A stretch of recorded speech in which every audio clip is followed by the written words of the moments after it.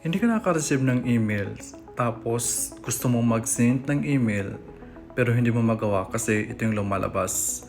Ang sabi nga dito, you might not be able to send or receive emails. To continue using Gmail, clean up space or get more storage. So, ang nangyari ay yung account storage natin ay puno na. So, kaya hindi tayo makaka-receive o makapag-send ng emails kasi puno na yung account storage natin. So, ang gagawin natin ay mag-clean up space tayo. So, kung gusto mo malaman kung paano gawin to, ay tara na tapusin na panoorin ng video na to. So, bago ang lahat, welcome to my channel, Hamdi Vlog, welcome to my tutorial. So, alam ko guys na maraming nakakalam nito guys kasi madali lang gawin to. So, tara na guys, simulan na natin.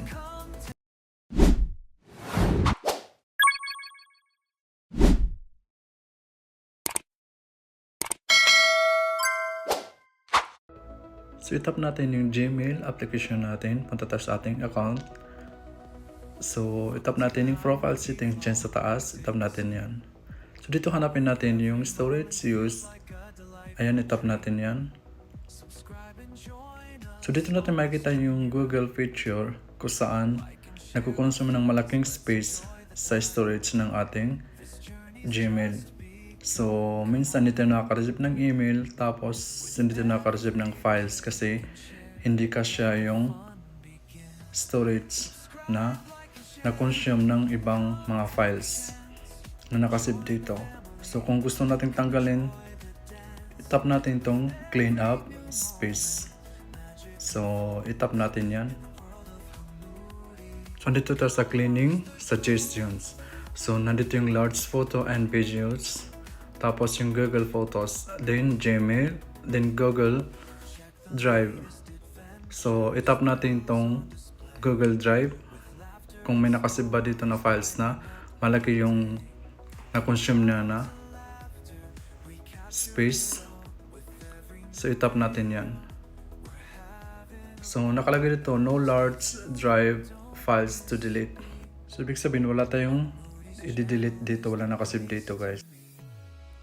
So next naman ay itap natin itong large photos and videos. So i-check natin kung may nakasave ba dito na video, di ka na photos na malaki yung na-consume niya na space sa storage ng ating Gmail. So itap natin yan.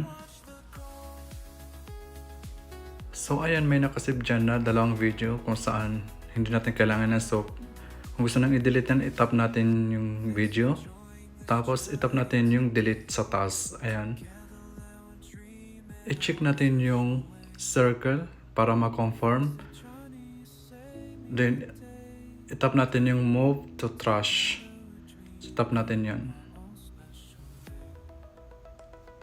Then, delete more. Itap natin yung delete more. Check natin yung iba.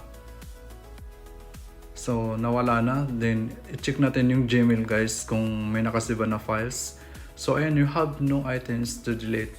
So, wala na tayong i-delete dito kasi walang nakasave dito guys. So, ganun lang kadali mag-clean up space sa ating storage sa Gmail. So, kung nagustuhan mo ang video na to, don't forget to like and share and click all the bell button para lagi kang updated every time may bagong tayong tutorial. Kung may mga katanungan kayo, suggestions, mag-comment lang po kayo sa baba. Sagutin po natin yan guys. So hanggang dito na lang. Maraming salamat. Thank you for watching. God bless. Stay safe always. Have a nice day. Where every moment feels like a delightful treat. Subscribe and join us on this dreamy ride.